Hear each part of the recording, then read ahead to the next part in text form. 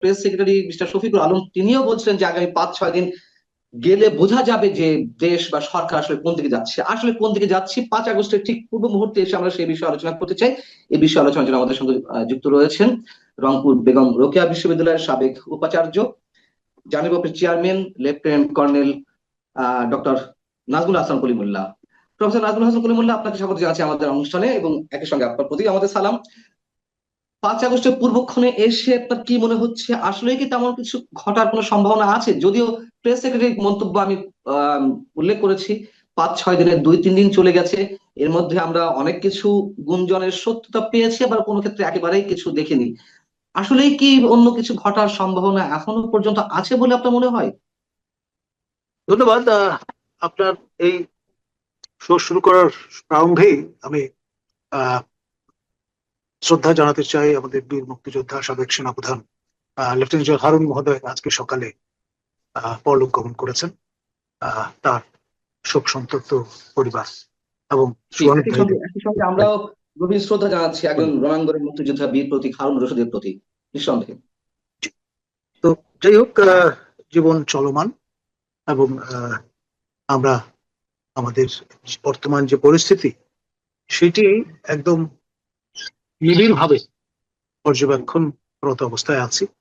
যে আয়োজনটি আমরা গতকাল দেখলাম, ইশতেহার হাজির করেছেন এনসিপি, হিস্ট্রি স্নাত শহীদ মিনারে, ডগ স্কোয়াড থেকে শুরু করে পুলিশের সার্বক্ষণিক প্রহরায় তারা পরবর্তীতে দেখলাম যে একটি বিশেষ দলের কর্মীরা তাদের যে জমায়েত সেটিকে পরিপুষ্ট করেছেন, কারণ খুব বেশি লোক কিন্তু তারা হাজির করতে পারেননি।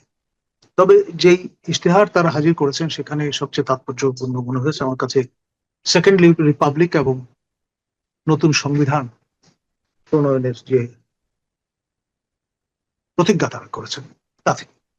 এখন আগামীকাল স্বয়ং সরকার প্রধান, আমাদের মাননীয় প্রধান উপদেষ্টা professor doctor Yunus, Nobel laureate, তিনি মানিক মিয়া এভিনিউতে আপনার সংসদ ভবনকে পশ্চাতে রেখে এই জুলাই সনদ নিজে ঘোষণা করবেন বলে বিশ্বস্ত সূত্রে জানা গেছে।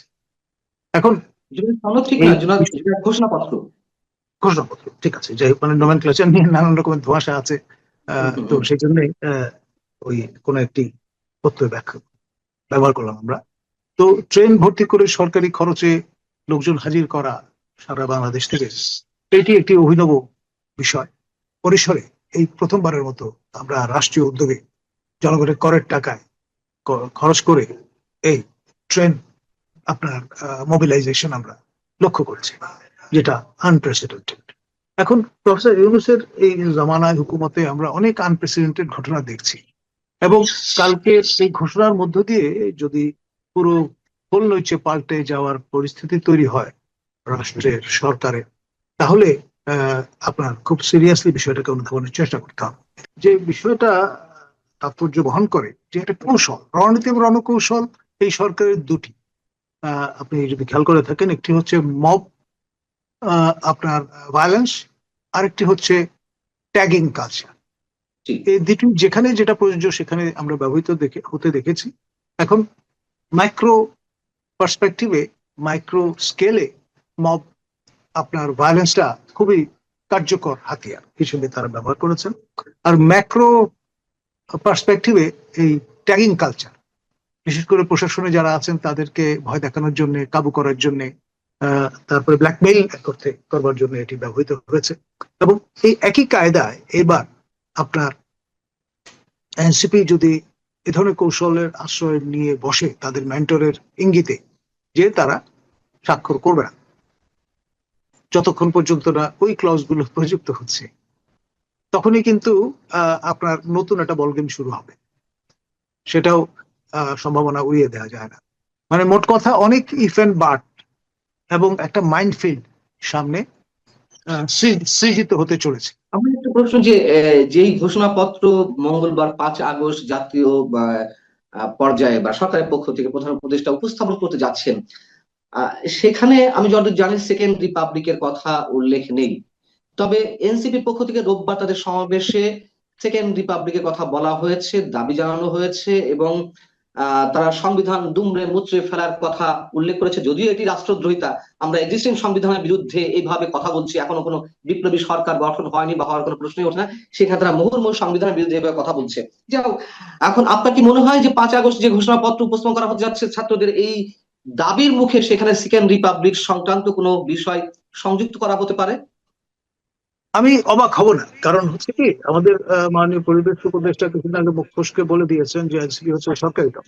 এখন শাসক দল সরকারি দল, তার স্ট্যাটাস কিন্তু থাকে সবসময় অগ্রগণ্য ভালোই। এবং এই যে দলটি, সেটি বেসিক্যালি প্রফেসর ইউনূসের দীর্ঘদিনের লালিত স্বপ্নের বাস্তবায়ন, কন্ডুইট। তো ন্যাচারালি ব্যাটে বলে যদি তারা খেলে দেন, সবাইকে ধোঁয়াশায় ফেলে, তাহলে অবাক হওয়ার কিছু থাকবে না। বুঝতে হবে যে দীর্ঘ পরিকল্পনার, হোমওয়ার্ক করে মিটিকুলাস ডিজাইনের ভিত্তিতে এই সরকার ক্ষমতায় এসছে। সুতরাং আপনার এখানে কোনো কিছুকেই সরল ভাবে দেখবার সুযোগ নেই। এক। আর যদি দ্বিতীয়ত, সেকেন্ড রিপাবলিকের বিষয়টি অন্তর্ভুক্ত করা হয় এনসিপির দাবি অনুযায়ী, যেহেতু জি, আমরা জানি অনেক কিছু গোপনে ঘটছে, ঘোষণাপত্র মাত্র 3টি দলের কাছে খসড়াটা দেওয়া হয়েছে, এনসিপি, জামাত ইসলাম, বিএনপি, মানে অনেক কিছু, অনেকে বাদ দিয়ে গোপনে অনেক কিছু করার চেষ্টা, সেই জায়গায় হয়তো বিএনপি কে বাদ দিয়ে আবার সেকেন্ড রিপাবলিক অন্তর্ভুক্ত করা হতেও পারে, আমরা জানি না।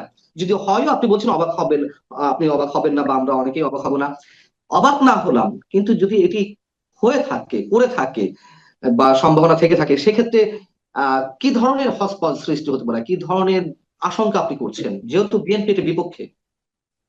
দেখুন এখানে কতগুলো মাত্রা আছে। ধরুন আপনি যতই বক্সের বাইরে যাওয়ার চেষ্টা করবেন, এবং মজা হচ্ছে এটা কিন্তু মৌলিক চিন্তা না, ধার করা বুলি বচন, ফ্রেঞ্চ ঘরানা থেকে নেয়া। এবং সেখানে বসে আছেন আপনার আরেকজন কুশীলব, শ্রীমান পিনাকি ভট্টাচার্য। তার অঙ্গুলি হেলনে এ ধরনের কাজকর্মগুলো চলছে। অনেকে মনে করেন যে তার সঙ্গে একটা ভালো কোঅর্ডিনেশন আছে প্রফেসর ইউনূসের। আবার যারা এই তরুণ তুর্কি তাদের, এবং তাদের আবার আটলান্টিকের ওই পারে বিশ্বস্ত মরিদও আছে। তো সব মিলিয়ে পরিস্থিতি, পরিবেশটা অনেকটা ওই পাস দিয়ে ফুটবল খেলার মতো। লক্ষ্য এক, গোল পোস্টে বা বার পোস্টে গোলটা করতে হবে। এবং সেই লক্ষ্যে তারা প্রায় দ্বার প্রান্তে পৌঁছে গেছেন তাদের লক্ষ্যে। এখন এরকম একটি সময়ে যদি বিষয়গুলো আপনার খোলাসা হয়ে যায়, তাহলে বিরুদ্ধ পক্ষ, বেলিজারেন্ট পক্ষ, যারা ক্ষমতা হারিয়েছে, তারা তো বসে থাকবে না। আপনার ইতিমধ্যে যে কথাটা চাউর হয়েছে যে ভারতের রাজধানী দিল্লিতে বসে সাবেক প্রধানমন্ত্রী তিনি প্রবাসী সরকার গঠনের একটা উদ্যোগ নিতে যাচ্ছেন, এটি কিন্তু আমার কথা না। এটা প্রথম আমরা উল্লেখ পাই অস্ট্রেলিয়া নিবাসী ফজলুল বারী, যিনি জনকণ্ঠে এক সময় সিনিয়র সাংবাদিক হিসেবে কাজ করেছেন, তার শোতে।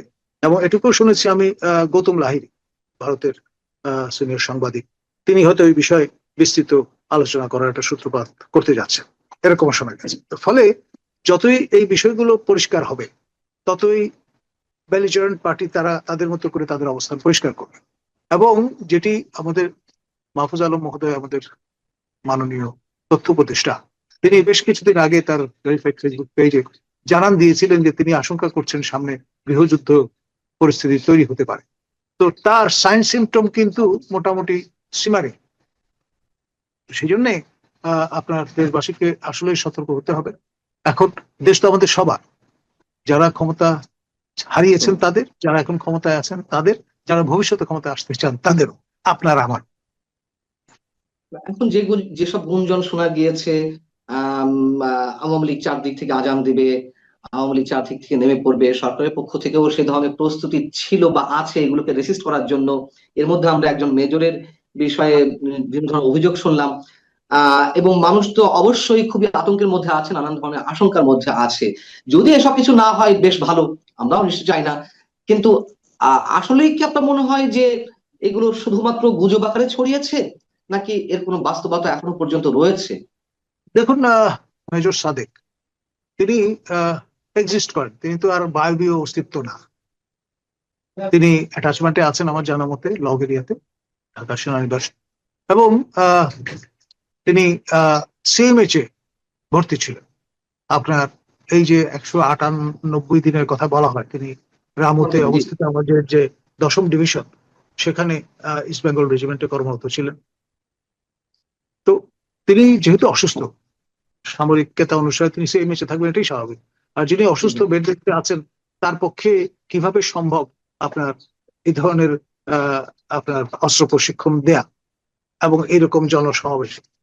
যেই আশঙ্কার কথা চারদিক থেকে বা বিশেষ করে সরকারি মহল থেকে শোনানো হচ্ছিল, এটির বাস্তবতা এখনো পর্যন্ত কতখানি আছে, বা আওয়ামী লীগ সুসংগঠিত হয়ে বিশেষ কিছু করার যে ধরনের নানান ইঙ্গিত আমরা পাচ্ছিলাম, বা এই যে বেজর সাদেকের বিষয়, এরকম কি আসলে কিছু করার সম্ভাবনা আছে এখনো পর্যন্ত? ধরুন, আপনার পরিসংখ্যানের সূত্র মোতাবেক 50 ভাগ সম্ভাবনা তো থেকেই যাচ্ছে, এক। দ্বিতীয়ত হচ্ছে, যারা শীর্ষ নেতৃবৃন্দ তারা কিন্তু প্রতিবেশী রাষ্ট্রে আশ্রয় নিয়ে আছে, এক। তারা তো ডেফিনেটলি বসেনি, তারা নিজেদের তো মোবিলাইজ করার ব্যবস্থা করছেন, নিয়মিত বৈঠক করছেন দফায় দফায়, এটা তো আমরা জানি সবাই। আর আপনার তাদের যারা অনুবর্তী, যারা ফলোয়ার, যারা তাদের প্রতি অনুগত, তারা তো বাংলাদেশে বিভিন্ন জায়গায় বসবাস করছেন। এবং আমাদের ইলেকটোরেটের ধরুন একেবারে নাই নাই করে হলো 30 to 35% লোক তারা এই ঘরানার মানুষ। সঙ্গে আবার তাদের সহানুভূতিশীল যারা আছেন তাদের সঙ্গে এই যে 14 দল, তারপরে আপনার জাতীয় পার্টির মেইন স্ট্রিম, এরা আপনার এর সঙ্গে যদি গা ভাসান তাহলে তো অবাক হওয়ার থাকবে না। অলমোস্ট পুরো দেশটা কিন্তু দুই ভাগে ভাগ করা ঐতিহাসিক ভাবে, anti Awami League and pro Awami League. যারা এখন আপনার এই বিপ্লবের দাবিদার তারা সব অ্যান্টাই আওয়ামী লীগ ফোর্সেস, কোনো না কোনো ফর্মে, কোনো না কোনো শেডে। আর বাইরে যারা ক্ষমতা হারিয়েছেন বা ক্ষমতার সহভাগী ছিলেন তারা হচ্ছেন প্রো আওয়ামী লীগ লোকজন।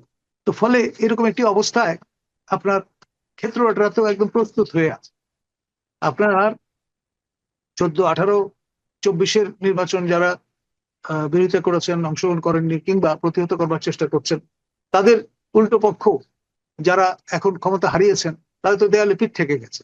তারা তো যে কোনো পন্থায় রিগ্রুপ হওয়ার চেষ্টা করবেন, এটাই স্বাভাবিক। আর সঙ্গে যেহেতু আমাদের প্রতিবেশী রাষ্ট্র তাদের আশ্রয় দিয়েছে, তার মানে এক ধরনের সহানুভূতি তাদের প্রতি আছে। এবং যদি না থাকতো তাহলে তো তাদেরকে বের করে দিত, ওখানে থাকার কোনো সুযোগই থাকতো।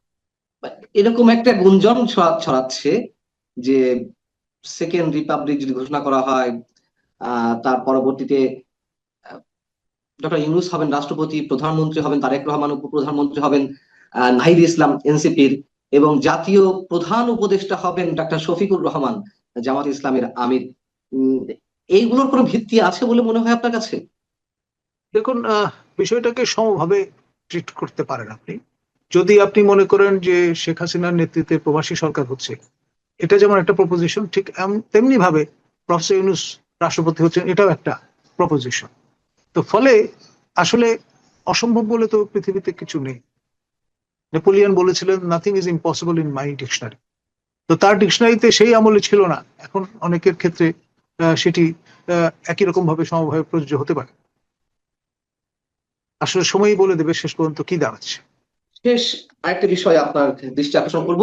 টিআইবি ট্রান্সপারেন্সি ইন্টারন্যাশনাল বাংলাদেশ, তারা আজকে একটি সংবাদ সম্মেলন করেছেন।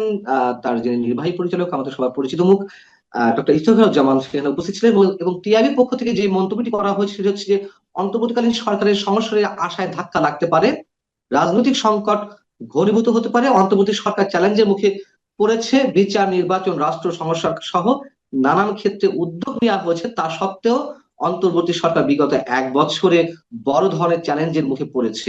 এবং এই যে চ্যালেঞ্জের কথা, এই যে ডক্টর মোহাম্মদ ইউনূস যে নানান ক্ষেত্রে ব্যর্থতা পরিচয় দিচ্ছেন, এগুলো জাতীয়ভাবে আন্তর্জাতিক ভাবেও নানান ভাবে আসছে। এপি আজকে একটি নিউজ করেছে, অ্যাসোসিয়েটেড প্রেস তারা করেছে, নানান গণমাধ্যমে ডক্টর মোহাম্মদ ইউনূসের সফলতা ব্যর্থতার কথা তুলে ধরা হচ্ছে। তার মধ্যে সফলতা তেমন কিছু নেই, শুধুই চারিদিকে ব্যর্থতা এবং হতাশার কথাই উঠে আসছে। আপনার মন্তব্য, শেষ মন্তব্য জানতে চাই।